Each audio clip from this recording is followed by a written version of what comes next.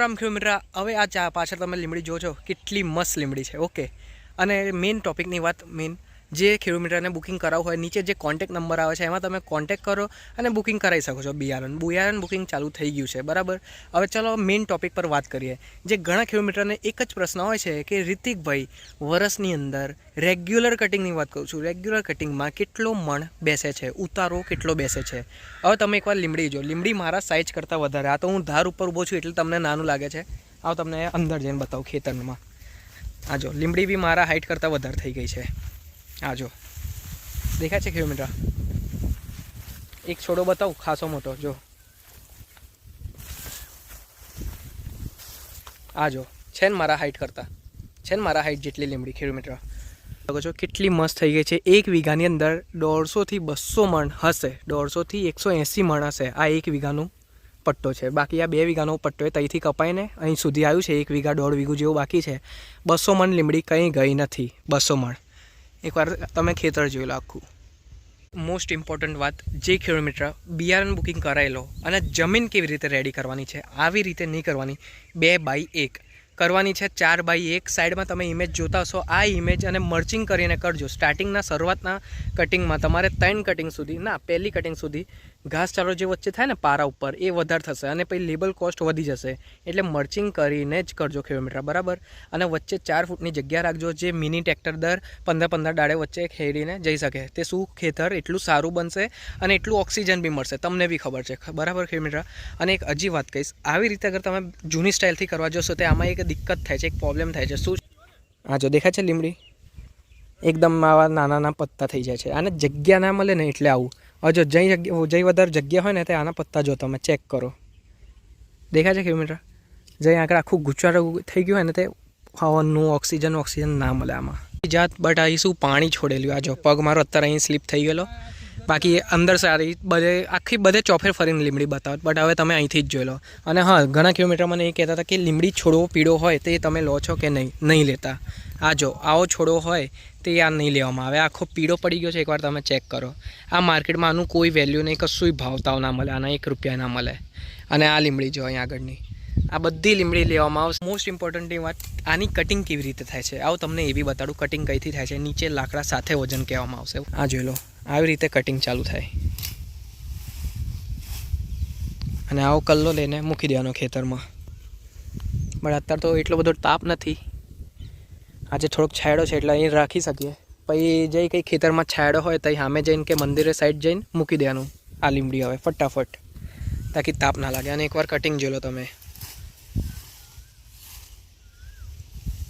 Okay ખેડૂત મિત્ર, હવે ચાલો તમને ખેડૂત મિત્ર જોડે મળાવું. જ્યાં આગળ હું લીમડી કાપતો હતો, અત્યારે હું એમના જ બીજા ફાર્મ પર આવ્યો છું. એમને આ વર્ષે બીજી એક નવી ખેતી કરવા જઈ રહ્યો છે. આજે મીઠી લીમડી. ઓકે, એક બીજો ફાર્મ રેડી કરવાનો છે, બીજો એક વાડી. ઓકે, તો ચાલો એમની જોડેથી આપણે સલાહ લઈએ. પહેલાં એમને જૂની સ્ટાઇલથી આપણે રોપાયા, બટ હવે આ ફેર એ નવી સ્ટાઇલથી રોપીએ છીએ અને એ તમને બધું સલાહ બી આપશે કેવી રીતે પ્રોપર કરવાનું છે, પરફેક્ટ કામ. ઓકે ચાલો. જય સિયારામ યોગેશભાઈ. જય સિયારામ. હવે મને મારા ખેડૂત મિત્રને પરિચય આલો કે આ કેવી રીતે આપણે મીઠા લીમડા માટે જમીન રેડી કરીએ નવા સ્ટાઇલથી. અચ્છા, જો આ અમે 18 વીઘાનો નંબર છે, બરાબર. 18 વીઘાના નંબરમાં અમે સિસ્ટમ એવી કરીશું કે આ જે અત્યારે ખેડીને મૂક્યું છે એ 4 ફૂટનો ગારો છે. આ 4 ફૂટનો, હા, આ 4 ફૂટનો ગારો અમે ખુલ્લી રાખીશું, બરાબર. અને પછી આ 2 ફૂટનો અમે પારો બનાવીશું, બરાબર. આ 2 ફૂટનો 2 ફૂટનો પારો બનાવીશું. હા, અને 4 ફૂટની જગ્યા છોડીશું અને 2 ફૂટનો પારો અમે ઊંચો બનાવીશું. ઊંચો? હા. કેટલો પારાનો કેટલો ફૂટ ઊંચો રહેવો જોઈએ? મારી ગણતરી મુજબ અમે 1.5 ફૂટ જેટલો ઊંચો કરીશું. અમે 1.5 ફૂટ? હા, 1.5 ફૂટ જેટલો અમે ઊંચો કરીશું પારો હવે, બરાબર. અને એની પર અમે કાગળ નાખીશું. કાગળ, પ્લાસ્ટિક, હા, મર્ચિંગ કરીશું અને ઝિગઝેગ થી અમે ઝિગઝેગ રોપીશું. હા, ઝિગઝેગ રોપીશું. હા, ઝિગઝેગ થી રોપીશું અમે. એટલે શું એનો ગ્રોથ વધારે થાય.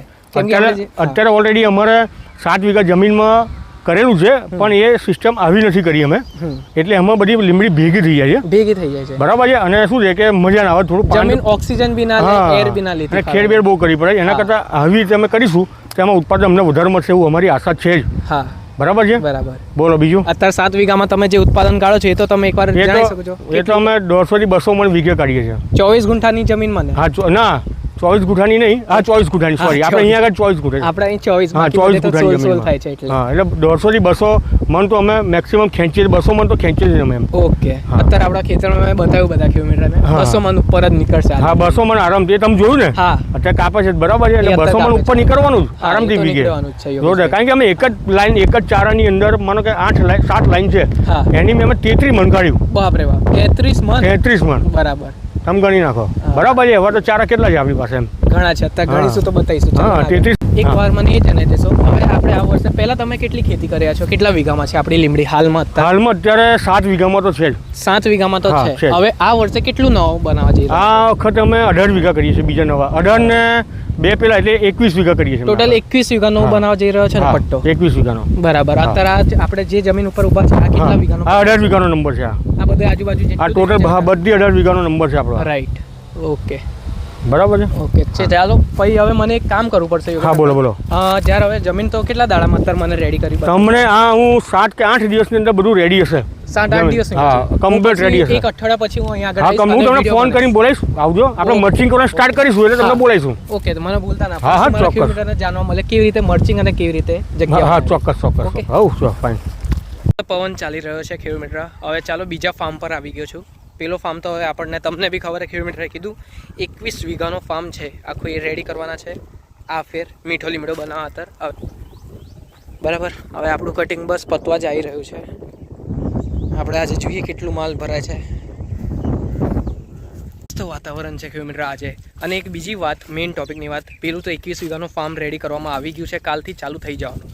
અને એક અઠવાડિયાની અંદર તમને એવી બતાડીશ, આપણે અગર કિલોમીટર કોલ કરશે તે આપણે જઈશું ફટાફટ અને તમને બી બતાવી દઈશ કેવી રીતે જમીન રેડી કરવાનું. અને ચાલો તમને મેઇન ટોપિકની વાત કરું. આ જૂની સ્ટાઇલ છે, રાઈટ? હજુ બી કહું છું, આ જૂની સ્ટાઇલ છે. 2x1 નહીં કરવાનું. આપણે વચ્ચે 4 ફૂટની જગ્યા રાખવાની, તે મિની ટ્રેક્ટર ફરી શકે. આમાં તમારે ટ્રેક્ટરે ના જાય. બરાબર. હવે આ તમે માલ જોઈ શકો છો, 1 વીઘામાં 200 મણ તો ઉતરશે. કિલોમીટરે જાતે જ કીધું તમને. હવે આ જોઈ લો, આ ટોટલ 7 વીઘાનો પટ્ટો છે. આ 2 વીઘા, પછી આ 2 વીઘા, નીચેની સાઈડ 2-3 વીઘા છે. આમ કરીને છોટું છોટું કરીને 7 વીઘાનો પટ્ટો છે. તો એની બી કપાઈ ગઈ લીમડી. માલ આટલું કપાઈ ગયું છે, હજુ કાપવાનું ચાલુ જ છે. ચલો આટલું પહેલાં ભરી દઈએ, જોઈએ કેટલું વજન થાય. તમને એક હજી વાત કહીશ, આ જે માલ રહ્યો, હા પતી જશે આ બી. બટ તમે જોઈ લીધું મારા કિલોમીટર, 200 મણ તો થાય ને થાય જ 1 વીઘામાં. બટ એ આપણી ઉપર આભારિક, આપણી ઉપર માવજાત છે. કેટલી એની આપણે માવજત રાખીએ, કેટલું આપણે દવા પાણી રાખીએ, કેટલું ખોર ખાતર જવા દઈએ તો જ. ઓકે, ચાલો ફટાફટ હું વજન લઈ જોઈ લઉં કેટલું થાય છે. મારે બીજું કામ એ છે. આજનું કામ પતી ગયું કિલોમીટર. આઈ હોપ તમને વિડીયો સારી લાગી હોય તો પ્લીઝ લાઇક એન્ડ સબસ્ક્રાઈબ કરજો. અને ચાલો ફાર્મ એકવાર લાસ્ટ વાર જોઈ લો. ઓકે, હજુ કમથી કમ 100 મણ પડ્યું છે, 100 થી 150 મણ હજુ એની જગ્યા ઉપર. ચાલો નેક્સ્ટ વિડીયો પર મળીશું. જે પણ કમેન્ટ હોય કરજો. ઓકે, જય સિયારામ.